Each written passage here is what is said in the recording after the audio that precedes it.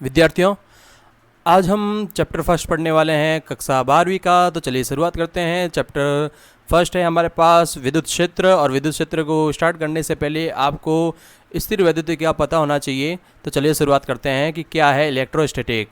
तो स्थिर वैद्युतिकी की परिभाषा आप स्क्रीन पे देख पा रहे होंगे कि भौतिक विज्ञान की वह शाखा जिसके अंतर्गत स्थिर आवेश तथा आवेशों के गुणधर्मों का अध्ययन किया जाता है स्थिर वैद्युतिकी कहलाता है। तो यहाँ पे 2 पॉइंट इंपॉर्टेंट है कि हमारे पास जो आवेश होने चाहिए वो स्थिर हैं, और उन आवेशों के गुणधर्मों का अध्ययन करते हैं।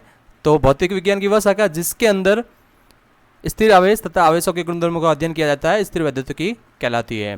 तो अब चलते हैं विद्युत आवेश की तरफ कि क्या है आखिर विद्युत आवेश, और इसका सबसे पहले कब अनुभव किया गया था। तो सबसे पहले इसका 600 ईसा पूर्व ग्रीस के अंदर, ग्रीस एक जगह का नाम है, एक देश है, ग्रीस के अंदर मिस्टर थेल्स थे, उन्होंने इसका सर्वप्रथम अनुभव किया था। उन्होंने क्या किया था कि जो एम्बर होता है उसको ऊनी कपड़े के साथ रगड़ा था, और रगड़ने के बाद में जो एम्बर था उसको क्या किया कि भूसे के टुकड़ों के पास लेके गए, भूसे के टुकड़ों के पास। तो वो भूसे के टुकड़े थे वो एम्बर की तरफ आकर्षित हो गए, तो तब उनको पता चला था, यानी कि 600 ईसा पूर्व। अब बात करते हैं कि भाई विद्युत आवेश क्या है। तो विद्युत आवेश पदार्थ का वह गुण है, ये क्या है, पदार्थ का गुण है। तो पदार्थ का वह गुण जिसके कारण, वह का मतलब है यहाँ पे पदार्थ, जिसके कारण पदार्थ विद्युत तथा चुंबकीय प्रभाव उत्पन्न करता है, विद्युत तथा चुंबकीय प्रभाव उत्पन्न करता है, या इसका अनुभव करता है, या क्या करता है, इसका अनुभव करता है। अब एक चीज याद रखिएगा कि जब आवेश क्या होगा, जब आवेश स्थिर होगा, जब आवेश क्या होगा, स्थिर, तो जब भी आवेश स्थिर होता है तो वो सिर्फ विद्युत क्षेत्र उत्पन्न करता है, विद्युत क्षेत्र उत्पन्न करता है, चुंबकीय क्षेत्र उत्पन्न नहीं करेगा। जब आवेश गतिशील होता है तभी क्या कर सकता है, वो चुंबकीय क्षेत्र उत्पन्न कर सकता है। ये चीज याद रखिएगा कि स्थिर आवेश कभी भी चुंबकीय क्षेत्र उत्पन्न नहीं करेगा, स्थिर आवेश हमेशा विद्युत क्षेत्र ही उत्पन्न करेगा। तो आगे चलते हैं कि विद्युत आवेश इलेक्ट्रॉन के स्थानांतरण के कारण ही उत्पन्न होता है। अब इलेक्ट्रॉन के स्थानांतरण के कारण विद्युत आवेश कैसे उत्पन्न होता है वो हम देख लेते हैं। जैसे मेरे पास एक ऑब्जेक्ट है ए, एक पदार्थ है ए, तो ये एक उदासीन पदार्थ है, और एक पदार्थ है बी, ये भी एक उदासीन पदार्थ है, यानी कि इनके ऊपर कोई चार्ज नहीं आया हुआ, कोई आवेश नहीं आया हुआ है। जब इन दोनों को हम रगड़ेंगे इन दोनों को, तो एक के ऊपर धनात्मक आ जाएगा और एक के ऊपर ऋणात्मक आ जाएगा। अब ये धनात्मक और ऋणात्मक क्यों आएगा, जब हम इनको रगड़ते हैं तो इलेक्ट्रॉन्स एक जगह से दूसरी जगह जाते हैं, एक जगह से दूसरी जगह जाएंगे। तो एक जगह से दूसरी जगह जाने का मतलब क्या है, तो जिस पदार्थ के ऊपर से इलेक्ट्रॉन रिमूव हो जाता है, रिमूव होने का मतलब दूसरी जगह जाते हैं, तो वो पदार्थ हो जाता है धनावेशित, और जिस पदार्थ के पास में इलेक्ट्रॉन चले जाते हैं, तो वो हो जाता है ऋणावेशित। अब आप देख सकते हैं एक एग्जाम्पल कि मेरे पास एक पदार्थ है ए, और ये एक उदासीन पदार्थ है। क्या है, उदासीन पदार्थ है। तो उदासीन पदार्थ होने का मतलब क्या है, अब वो देखते हैं कि अगर मैं मान लेता हूँ कि कंसिडर कर रहे हैं उदासीन होने का मतलब इसके ऊपर जो ऋणावेश है उतना का उतना इसके पास क्या है, धनावेश भी है, यानी जितने नेगेटिव उतने ही पॉजिटिव, तभी ये उदासीन होगा। अब इसके अंदर से एक इलेक्ट्रॉन चला गया कहीं और, घर्षण के कारण या किसी की वजह से किसी और दूसरे ऑब्जेक्ट के साथ, अगर ऑब्जेक्ट ए को हम रगड़ रहे हैं, पदार्थ ए को रगड़ रहे हैं, तो मान लेते हैं कि इलेक्ट्रॉन रिमूव कर गया है, यहाँ से चला गया। तो अगर यहाँ से रिमूव हो गया है, इलेक्ट्रॉन चला गया है, तो अब इस ए के पास धनात्मक बचेंगे 3 और ऋणात्मक बचेंगे 2। तो इस कारण यहाँ पर अधिकता किसकी है, यहाँ पर अधिकता है धनात्मक कणों की। तो इसलिए जो आवेश होगा यहाँ पर होगा धनावेश। क्या होगा, धनावेश। अब अगर इसी के अंदर हम मान लेते हैं कि 3 ऋणावेश और 3 ही धनावेश पड़े हैं, उदासीन हैं, और ये किसी और से एक इलेक्ट्रॉन ले लेता है, एक इलेक्ट्रॉन ले लेता है, तो अब इसके पास क्या हो जाएंगे, अब इसके पास इलेक्ट्रॉन ज़्यादा हो जाएंगे। एक इलेक्ट्रॉन आने पर इसके पास 4 इलेक्ट्रॉन हो जाएंगे, जबकि धनात्मक तो ये 3 ही है। तो इसका मतलब यहाँ पर जो ए होगा वो क्या हो जाएगा, ऋणावेश हो जाएगा। क्या हो जाएगा, ऋणावेश। तो इसका मतलब सिंपल सा है कि भाई आप एक ही चीज़ समझें कि इलेक्ट्रॉनों के आदान प्रदान से ही, इलेक्ट्रॉन के आदान प्रदान से ही क्या बनता है, ऋणावेश बनता है और धनावेश बनता है, ऋणावेश और धनावेश। तो आप देख पा रहे होंगे स्क्रीन पे, किसी वस्तु को आवेशित करने के लिए केवल और केवल इलेक्ट्रॉन ही उत्तरदायी होता है, प्रोटॉन नहीं, क्योंकि प्रोटॉन को नाभिक से पृथक करना कठिन हो जाता है। तो आपको पता होगा कि प्रोटॉन और न्यूट्रॉन कहाँ होते हैं, नाभिक में होते हैं, और इसके चारों ओर क्या होते हैं, इलेक्ट्रॉन्स होते हैं। तो इलेक्ट्रॉन्स को आसानी से आप रिमूव कर सकते हैं, यानी कि इलेक्ट्रॉन का आदान प्रदान आसानी से हो सकता है, आदान प्रदान आसानी से हो सकता है। इसलिए हम इलेक्ट्रॉन्स को ही उत्तरदायी मानते हैं किसी भी पदार्थ को आवेशित होने के लिए। आवेशित होने का मतलब ऋणावेश या फिर धनावेश से है, नेगेटिव भी हो सकता है या फिर पॉजिटिव भी हो सकता है। तो आगे चलते हैं और देखते हैं कि किसी भी पदार्थ को आवेशित कितने प्रकार से किया जा सकता है। तो चलिए शुरुआत करते हैं। तो पहला है घर्षण द्वारा आवेशन, चार्जिंग बाय फ्रिक्शन। दो वस्तुओं को आपस में रगड़ने पर उनके द्वारा आवेशित होने की प्रक्रिया को घर्षण द्वारा आवेशन कहा जाता है। अगर हमारे पास दो ऑब्जेक्ट है ए और बी, अगर हम इनको रगड़ते हैं तो ये आवेशित हो जाएंगे। तो मान लेते हैं कि पहले ये उदासीन है, पहले ये दोनों ही क्या हैं, उदासीन हैं। उदासीन हैं तो हम इन दोनों को रगड़ते हैं, रगड़ने के बाद में दोनों वस्तुएं आवेशित हो जाएगी। एक धनावेशित होगी, एक क्या होगी, धनावेशित, और एक हो जाएगी ऋणावेशित। तो ये चीज़ याद रखिएगा कि जब भी हम दो वस्तुओं को रगड़ते हैं तो एक वस्तु धनावेशित होगी और दूसरी होगी ऋणावेशित। हम ये नहीं कह सकते कि कौन सी धनावेशित होगी और कौन सी ऋणावेशित, ये सिर्फ पदार्थ की प्रकृति पर निर्भर करता है। पदार्थ की प्रकृति पे, जो पदार्थ की प्रकृति होगी उसी के ऊपर ये निर्भर करता है। हम एग्जाम्पल के तौर पे कांच की छड़ और रेशम का एक कपड़ा ले लेते हैं और इन दोनों को आपस में रगड़ते हैं। तो जो कांच की छड़ है वो हो जाएगी पॉजिटिव और जो रेशम का कपड़ा है वो हो जाएगा नेगेटिव। ये इसका एग्जाम्पल आप देख सकते हैं।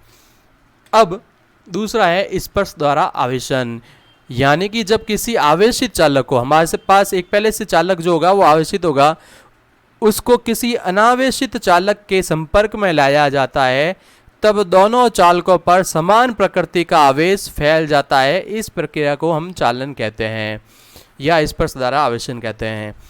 अब आप डायग्राम देख पा रहे होंगे, डायग्राम के अंदर एक उदासीन चालक है और एक धनावेशित चालक है। तो जब धनावेशित चालक को हम उदासीन चालक के पास में लेके जाएंगे तो जो उदासीन चालक था उसके ऊपर भी धनावेश आ जाएगा। क्या आ जाएगा, धनावेश आ जाएगा। तो एक चीज़ याद रखिएगा कि जो स्पर्श द्वारा आवेशन होता है या चालन द्वारा आवेशन होता है उसके अंदर हमेशा समान प्रकृति का आवेश फैलता है। यानी कि अगर आप धनात्मक लेके जाओगे उदासीन के पास तो उदासीन भी धनात्मक ही बनेगा। अगर आप ऋणात्मक चालक लेके जाओगे, ऋणावेशित चालक लेके जाओगे तो उदासीन वाला ऋणावेशित बन जाएगा। अब एक चीज़ यहाँ पे याद रखिएगा कि इन दोनों के ऊपर जो चार्ज होता है, जो आवेश होता है वो समान होता है। समान होने का मतलब क्या है कि वो अगर धनात्मक है तो दोनों के ऊपर धनात्मक होगा, अगर ऋणात्मक है तो दोनों के ऊपर ऋणात्मक होगा। और एक चीज़ याद रखिएगा कि अगर मेरे पास, जैसे इसके पास जो स्टार्टिंग में आप देख पा रहे होंगे यहाँ पर Q आवेश है। क्या आवेश है, Q। तो जो चालन हो जाएगा स्पर्श द्वारा आवेशन होगा और स्पर्श द्वारा आवेशन होने के बाद में इन दोनों पर Q/2 चार्ज होगा। तो मात्रा भी समान रहेगी, आवेश की मात्रा भी क्या रहेगी, समान रहेगी। तो ऐसा नहीं होगा कि यहाँ पर जो पहले आपके पास धनावेशित था उसके ऊपर Q चार्ज है तो उदासीन के ऊपर भी Q चार्ज आ जाएगा, ऐसा नहीं होगा। आवेशित होने के बाद में जो आवेश था वो दोनों के ऊपर बराबर बट जाएगा। ये चीज़ आप याद रखिएगा। अब हमारे पास अगला है प्रेरण द्वारा आवेशन। तो प्रेरण द्वारा आवेशन क्या है कि वह प्रक्रिया जिसके अंतर्गत एक आवेशित वस्तु द्वारा अनावेशित वस्तु पर स्पर्श किए बिना, जो पहले हमने पॉइंट पढ़ा था उसमें स्पर्श करना था। अब यहाँ पे एक चीज़ याद रखिएगा कि यहाँ पर स्पर्श किए बिना विपरीत प्रकृति का, ये एक और पॉइंट है, विपरीत प्रकृति का आवेश उत्पन्न कर दिया जाए तो इसे प्रेरण द्वारा आवेशन कहते हैं, प्रेरण द्वारा आवेशन कहते हैं। आप एक डायग्राम से समझ सकते हैं कि एक मेरे पास उदासीन गोला है, उदासीन गोला है और यहाँ पर एक कुछ अलग स्टैंड लगा हुआ है, यानी आपके पास यहाँ करंट पास नहीं होना चाहिए, आवेश नीचे नहीं जाना चाहिए। अब इस उदासीन गोले के पास में मैं धनावेशित चालक लेके आता हूँ। तो आपको एक चीज़ ध्यान रखनी है, इसको यहाँ पर स्पर्श नहीं कराना है, थोड़ा दूर ही रखना है। तो जैसे ही आप इस उदासीन गोले के पास धनावेशित चालक लेके आते हैं तो यहाँ पर दो प्रकार के आवेश उत्पन्न होंगे, दो प्रकार के आवेश उत्पन्न होंगे। अब इसका मतलब क्या है आप देखिएगा। तो धनावेश के जो पास वाली सतह है वहाँ पर ऋणावेश उत्पन्न होगा, वहाँ पर क्या उत्पन्न होगा, ऋणावेश। और जो दूर वाली सतह है वहाँ पर धनावेश उत्पन्न होगा। आप देख पा रहे होंगे यहाँ पास वाली सतह है तो धनावेश नहीं है, यहाँ पर ऋणावेश है, और दूर वाली सतह पर क्या है, धनावेश है। तो सिंपल सा ध्यान रखिएगा कि जब भी कोई चालक लाया जाता है तो जो उसका आवेश होगा उसका विपरीत आवेश उसके पास वाली सतह पर होगा। अब क्या किया जाता है कि इस धनावेश को हटाना है, तो इस धनावेश को हटाने के लिए हम एक अर्थिंग वायर जोड़ देते हैं, धरती से अर्थिंग वायर भू संपर्कित तार जोड़ देते हैं, जिसकी वजह से ये जो धनात्मक आवेश है वो धरती में चला जाता है और जो चालक है वो पूर्णतया ऋणावेशित बन जाता है, पूर्णतया ऋणावेशित बन जाता है। तो प्रेरण द्वारा और चालन द्वारा, तो एक चीज़ याद रखिएगा, तो चालन और प्रेरण इन दोनों में सबसे ज़्यादा इम्पोर्टेंट जो अंतर है वो अंतर ये है कि इसमें हमेशा जो बनेंगे वो समान आवेश के बनेंगे, यानी कि धनात्मक होंगे तो दोनों धनात्मक बनेंगे। यहाँ पर क्या होते हैं, विपरीत आवेश के बनते हैं, यहाँ पर क्या होंगे, विपरीत आवेश के बनेंगे। ये चीज़ आपको याद रखनी है। इसमें हम क्या करते हैं, स्पर्श करते हैं, यहाँ पर दोनों चालकों को स्पर्श करते हैं, यहाँ पर स्पर्श नहीं करते हैं, यहाँ पर स्पर्श नहीं करते हैं। अब हम देखते हैं आवेश का मात्रक, यूनिट ऑफ चार्ज। तो आवेश का जो ऐसा ही मात्रक होता है वो होता है कूलॉम, वो क्या होगा, कूलॉम होगा। तो आवेश का जो ऐसा ही पद्धति में मात्रक होगा वो होगा कूलॉम, याद रखिएगा। इसे हम कैपिटल सी से प्रदर्शित करते हैं। तो कूलॉम का फॉर्मूला क्या होता है, कूलॉम का फॉर्मूला होता है coulomb is equal to ampere into second, ampere into second. ये आपने फॉर्मूला पढ़ा होगा वैसे 10th क्लास में, I is equal to q upon t, इसी से ये फॉर्मूला बना है। तो आवेश का जो सीजीएस पद्धति में मात्रक होगा वो होगा स्टेट कूलॉम या फ्रैंकलिन। एक और मात्रक होता है जिसे हम ESU से प्रदर्शित करते हैं। ESU का मतलब है स्थिर विद्युत इकाई। आवेश की जो विद्युत चुंबकीय इकाई है उसे EMU से प्रदर्शित किया जाता है और इसे एबे कूलॉम भी कहते हैं। एक सबसे इंपॉर्टेंट पॉइंट है कि आवेश का सबसे बड़ा मात्रक फैराडे होता है। आवेश का सबसे बड़ा मात्रक क्या होगा, फैराडे। और एक फैराडे में होते हैं 96,500 कूलॉम। तो 96,500 कूलॉम होता है एक फैराडे के बराबर। अब आप नीचे देख पा रहे होंगे कि आवेश को MKS मात्रक के रूप में लिखते हैं, कूलॉम के रूप में। EMU मात्रक होता है 10⁻1 EMU, और जो ESU है, ESU का मतलब आपको मैंने पहले ही बताया, स्थिर विद्युत इकाई, तो 3 × 10⁹ ESU। तो ये चीज़ आप याद रखिएगा। अब हम बात करते हैं कि जो हमारे पास आवेश है उसकी विमा क्या होगी। तो हम बात कर रहे हैं आवेश की विमा। आवेश की आखिर विमा क्या होगी वो हम देखते हैं। तो आवेश की विमा निकालने के लिए आपको पहले फॉर्मूला याद होना चाहिए, Q is equal to I × T। ये हमारे पास फॉर्मूला है। Q का मतलब आवेश है, I का मतलब करंट है। तो करंट का जो मात्रक होता है वो एम्पियर होता है, जो करंट का मात्रक होता है वो एम्पियर होता है, और टाइम का जो होता है वो क्या होता है, सेकंड होता है। तो हमारे पास जो आवेश की विमा होगी वो हमारे पास हो जाएगी A1 T1, A1 T1। अब कुछ अन्य प्रकार के मात्रक देख लेते हैं कि जो हमारे पास 1 माइक्रो कूलॉम होगा, 1 micro coulomb is equal to 10⁻⁻6 coulomb. 1 milli coulomb is equal to 10⁻³ coulomb. 1 pico coulomb is equal to 10⁻12 coulomb. 1 nano coulomb is equal to 10⁻9 coulomb. तो चलिए अब हम पढ़ते हैं वैद्युत आवेश के गुणधर्म। तो पहला गुणधर्म है योज्यता, वैद्युत आवेश की योज्यता। तो चलिए शुरुआत करते हैं। किसी भी निकाय में कुल आवेश का मान उसमें उपस्थित सभी आवेशों के बीजगणितीय योग के बराबर होता है। इसका मतलब है आप जैसे गणित के अंदर जोड़ बाकी करते हैं वैसे ही इसके अंदर भी आवेशों की जोड़ बाकी होगी। जैसे मैं देख रहा हूँ कि मेरे पास एक पदार्थ है ए और इसके अंदर क्रमशः -2 coulomb charge +4 coulomb charge -6 coulomb charge पड़े हैं। तो जो टोटल चार्ज होगा कैसे निकालेंगे वो, जैसे हम गणित में निकालते हैं, जैसे -2 +4 +-6। तो ये हमारे पास क्या हो जाएगा, माइनस की संख्या जुड़ जाएगी तो ये हो जाएगा -8 +4, तो हमारे पास आ जाएगा -4 कूलम। तो इस प्रकार से ही जो बीजगणितीय योग होता है, जैसे हम धनात्मक और ऋणात्मक संख्याओं को जोड़ते हैं वैसे ही हमको इसमें भी जोड़ना है। दूसरा है कि वैद्युत आवेश की निश्चरता, इनवेरियंस ऑफ इलेक्ट्रिक चार्ज। अब इसका मतलब क्या है कि किसी वस्तु पर आवेश उसके वेग पर निर्भर नहीं करता है, चाहे वस्तु स्थिर हो या वह अपेक्षित वेग से गति कर रहा हो, उसका आवेश समान रहता है। यह वैद्युत आवेश की निश्चरता कहलाता है।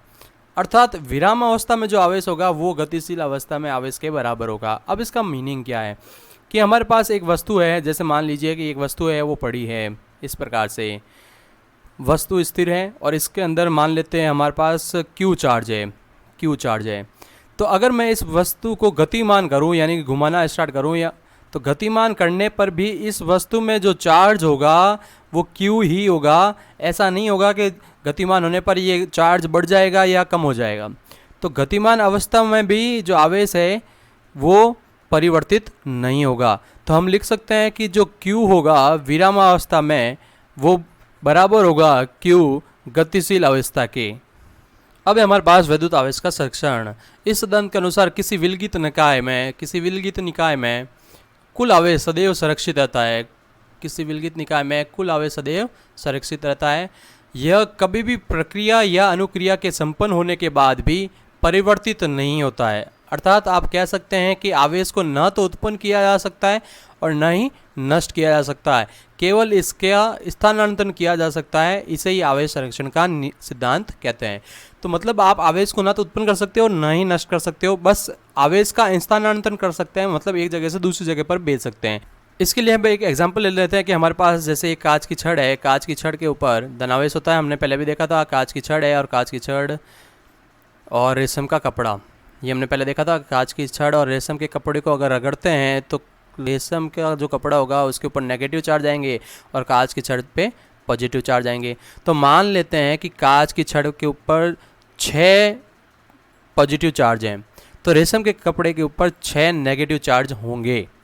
ये चीज़ याद रखिएगा, क्योंकि जो इलेक्ट्रॉन्स हैं वो कांच की छड़ से रेशम के कपड़े पे गए हैं। तो जितने इलेक्ट्रॉन्स यहाँ से इस पर गए हैं, कांच की छड़ से रेशम के कपड़े पे गए हैं, उतने ही पॉजिटिव चार्ज कांच की छड़ पे और उतने ही नेगेटिव चार्ज रेशम के कपड़े पे होंगे। अगर हम इन दोनों को वापस संयुक्त तौर पे देखें तो संयुक्त तौर पर इनके जो चार्ज है, जो इनका आवेश है वो क्या है, 0 है। अब हमारे पास अगला पॉइंट है विद्युत आवेश का क्वांटीकरण।